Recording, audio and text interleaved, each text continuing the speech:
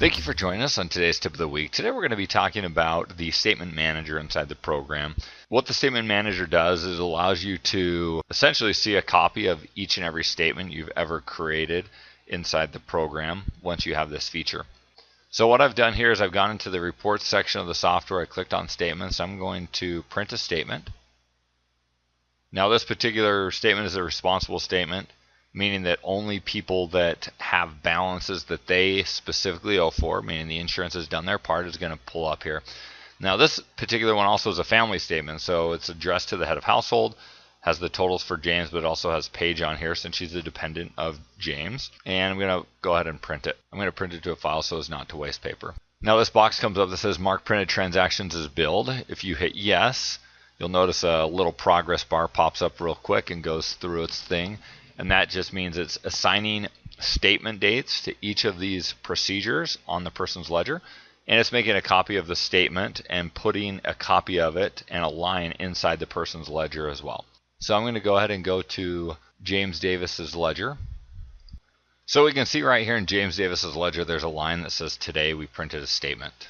If I double click on that, it opens up the copy of the statement. So if James calls in and has a question for me about the statement, I can actually come in here and look it up and see exactly what he's looking at. So everything he sees, I see, and there's a copy of that in the program. In addition to that, it pops up with a little message here saying, hey, do we want to mark this as being reprinted? No, I'm not reprinting it. I was just looking at it. If I go into Paige Davis's ledger as well, and inside Paige's ledger, we can also see a line that shows that the statement was sent. And if I double clicked it on in here, it would also pull that up. So if there was a bunch of statements that were billed here and I wasn't sure which statement a specific transaction was on, it wouldn't necessarily matter. I could just click on the line item that I wanted to reprint the statement for, and I could come down here and just click reprint statement.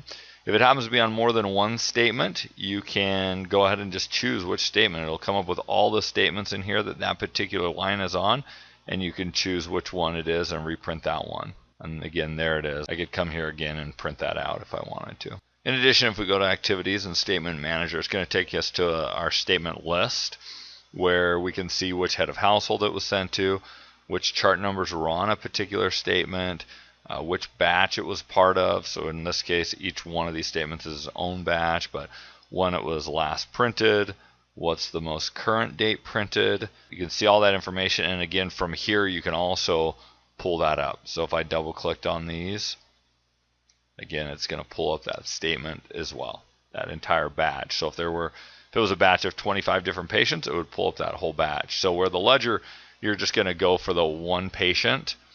If you want to look at an entire batch, you could come into the statement manager and see that. This is just another way TotalMD makes statement processing very easy and efficient. I hope you've enjoyed today's tip of the week, and we hope you'll join us again next time. Take care.